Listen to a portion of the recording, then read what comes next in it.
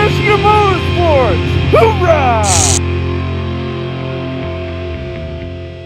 Hey everyone, welcome to West Michigan Motorsports, and today I'm going to be demonstrating how to rebuild the front forks on a Honda ATC350X. Now just to note, I'm not an expert at this, but due to the lack of videos out there on YouTube and the internet, I'm going to basically show kind of a demonstration of how to rebuild a front fork. Actually, my first time rebuilding a 350X front fork was last night with one of my forks, but I decided to do the other one to show you guys and give you guys kind of a little informational demonstration on how to do it. So in case if you go through your fork and try to rebuild it, you don't get stumped. But basically I just kind of figured it out along the way. So I'm just gonna show you guys some of the steps of what to do in case you guys are ever wondering. So let's get to it. So here are my front forks from my 1985 350X. You can see this one on the left side's already been rebuilt. It has the new boot, new seals, and new fluid as well. And this is the one we're gonna be working on today. For parts, I order all my parts off Rocky Mountain ATV, but you can get any of your parts from any of your parts site. You can also go to our sponsor, 223cycles.net, and get the parts that you need for the front forks there as well. But I decided for my 350X to go with the Honda boots. Yes, Honda still makes these fork boots. These are pretty much exactly OEM fork boots, just like they were in 1985. These are like the Poly Sport aftermarket boots. You can see how the design difference, how these have less ribs, they're a little bit more wider, where these have more ribs, they're tight together. I like the look of the stock 350X boots, that's why I went with it. And for fork seals, I went with Honda fork seals. And I would highly suggest you do the Honda fork seals rather than other companies. That's just my suggestion. You can do what you want, but I'm basically just going to give you a whole demonstration of how to do it. Works either way with different seals that you want to use in this, as well as fluid. So here's what we're going to need to do the fork rebuild. So like I said, I used all Honda stuff for the fork rebuild. So the Honda boot there, as well as the fork boot clamp, and as well as the fork seals for this, the dust seal and the oil seal. For fork oil, I am using Maxima fork oil 20 weight. You can use whatever fork oil weight you want. I believe the book says around 15 to 20 weight. I could be wrong, but I decided since the size of rider that I am, being that it's an older machine, I'm just gonna go with the 20 weight. It's gonna be a little bit more stiffer. And for knowing how much oil to add to the forks, I have this Rite measuring cup that I use specifically for fork oil, so I don't get things mixed up with motor oil and such. This helps a lot with knowing how much to put into the fork. You can use not just the Rite one, but you can use many different kind of measuring cups like that for motorsports. So it's got the fluid ounces in there. And just a heads up, you're gonna need 10 ounces of fork oil fluid in each of the forks. So one fork has 10 ounces, the other fork has 10 ounces. Now on another note as well, you can change the fluid out in these when they're installed on the machine, but to do the fork seals, you do need to take the forks out from the triple trees. There is a drain bolt that's on the bottom of the fork here. You take that out, that'll help drain the fluid. You don't need to take the bottom bolt out. So this bottom bolt is used it screws into the dampening rod that's inside, and it holds the dampening rod. You can also drain the fluid out from there. If you don't want to take that one out and loosen the dampening rod, you can take that bolt out. Fluid will drain out. And in case you're wondering too, there is an air valve on the top here, just like a tire.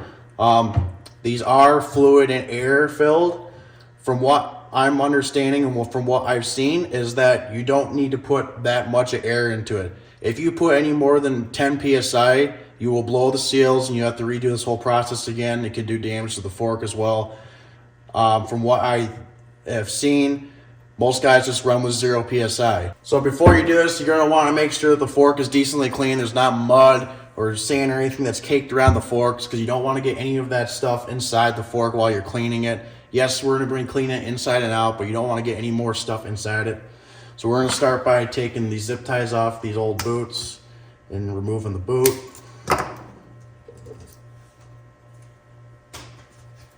You can see that this seal was really shot because of all the residue that's on the bottom of the boot. And so the first thing you can do, you can either start taking the dust seal out.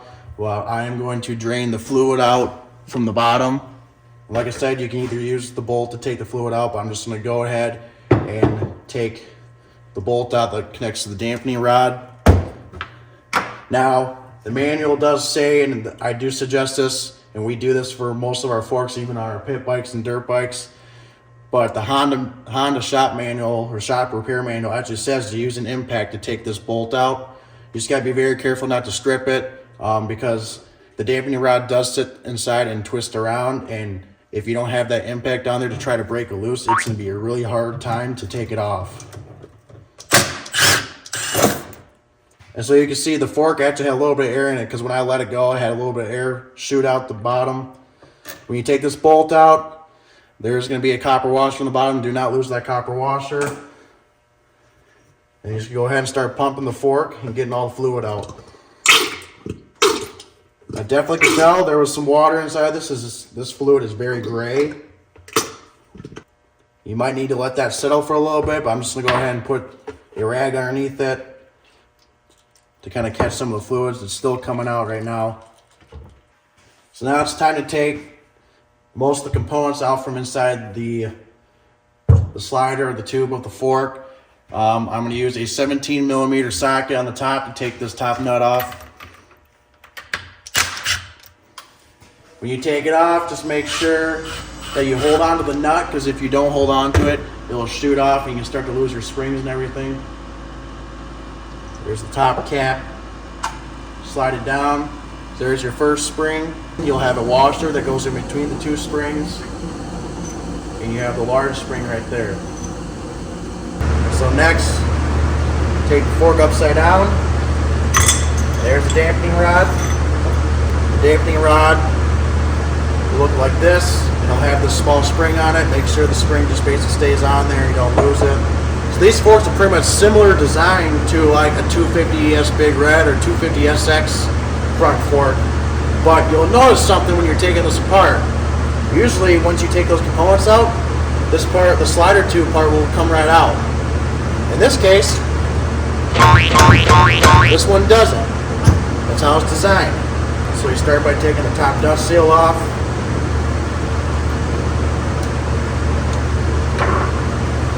Dust seal. So you notice inside of it there is a circlip that's inside there. So if you have a circlip tool, remove that circlip. This does work better if you stand it up in a vise. So I can use two hands to remove this.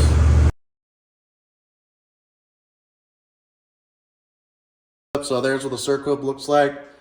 Also make sure when you're going through this to make sure you can still order a bunch of these parts. Like you could probably order the circlip and different bolts and everything that you need for all this. Make sure they're all looking good. If not, replace them, clean them up. So now you're gonna get to this point and be like, okay, well, it still isn't coming out. According to the manual, as well as there's instructions that come with the fork seals, you have to use force basically to pull it out. So you actually have to take the tube and pound the oil seal out. So now I got the fork leaning inside the vise to help pull it.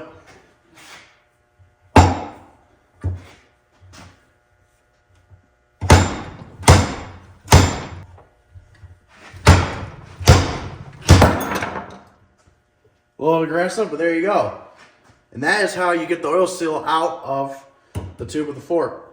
So when you remove it, you'll see there's the oil seal right there. You're gonna have a washer. You're gonna have kind of like a split collar. It's gonna have this little slice in it. There's also this collar that's inside this groove of the slider part of the fork. Now, what I use to clean forks is just use brake cleaner. You can use brake cleaner, you can use carb cleaner, anything that dissolves really fast. I'm sure there's other cleaners out there that you can use to clean forks, but I'm gonna go ahead and use brake cleaner and clean everything up. Okay, so now I have all the parts cleaned up, ready to go. There is one thing I forgot. Sometimes this sleeve does get stuck in the bottom of the fork tube, so make sure you take that out, clean it. You don't have to. Sometimes it gets stuck, like I said. And this is what the dampening rod slides into in the bottom. We'll start to put these parts back onto the slider. So you put that collar back on there and your washer. So you open up the Honda seal package. It does have instructions in there, even in Japanese. How about that?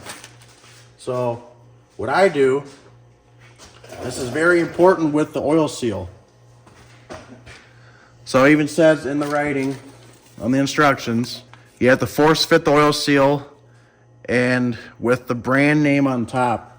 Brand name, what they mean is that, so on seals, most like fork seals like this, you have the recessed part and you have like the more shallow part with the spring that shows more. You can see right on the shallow part, there's all the writing right there. So that's the brand name is what the instructions say. So that is going to be facing up. So what you want to do is actually lube the seal up before you put it on. So I actually take the fork oil, get some fluid going to the cap, and I take a little bit of that fluid from the cap and go on the inside of the seal. Lube up the inside. You're going to want to lube the outside one right before you put it back into the fork tube as well. You go ahead and make sure it's the right way. Slide that sucker back on. Just like that. There's this collar that is on the bottom of this tube, which is what the dampening rod sits into, like so. You're probably going to want to make sure that sits inside there. Sometimes you drop it in there, it'll line itself up. And we're going to go ahead and lube up the inside. And you want to lube up the seal. This is where it can get tricky because you need to basically press the seal in just like a bearing. So you get started like that. You'll notice when you start to put it in, you can't use the tube to slide it.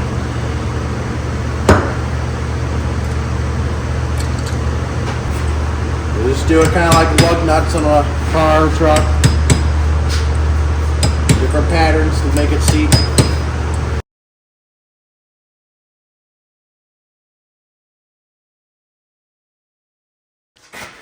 So now you can see the seal is all the way pressed down and the groove is showing right there where the circlip goes.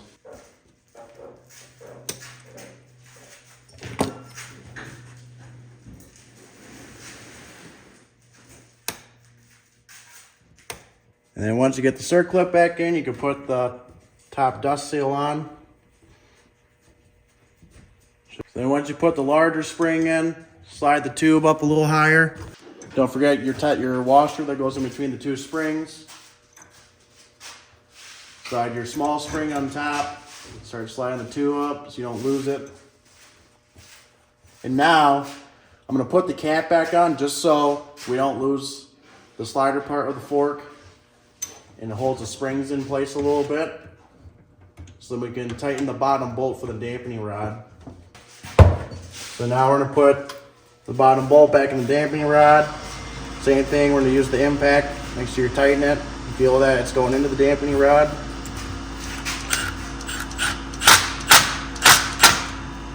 That's in. Sucker is in and ready to go.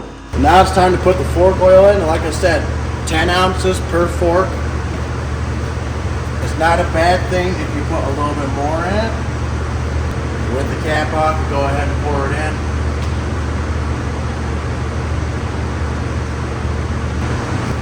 All the fluid's in it. We'll put the cap back on.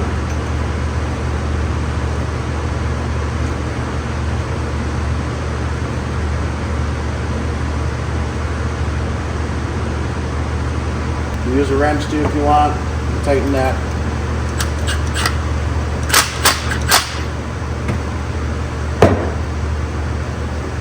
Press a little bit, get the fluid moving through it.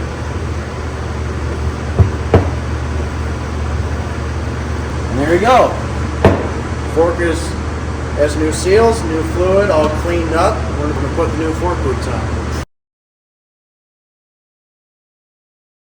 Now I can't stress it enough. Always make sure you use your JIS screwdrivers. You can purchase some JIS screwdrivers at 223cycles.net. Because if you use a regular screwdriver on these Japanese style, which are JIS, you will strip out the heads. You'll know if it's a JIS screw. If it's got the Phillips head, there's a little dot, there's a one dot next to the Phillips head pattern. That's basically how you rebuild front forks on a 350X. Like I said, I'm not an expert at this. I just learned how to do this the other night, but I just wanted to make a video to show everyone of how it's done. Like I said, make sure you clean all your parts, make sure everything looks good. You can do the same setup as I did with the fork oil weight and boots or whatever you want. But that just kind of gives a good example of what to do when you take it all apart and what you need to remember. So, hope everyone enjoyed this. Please don't forget to subscribe and like this video. Check out all of our other videos at West Michigan Motorsports. Check us out on Facebook, Instagram, TikTok. Take care. See ya.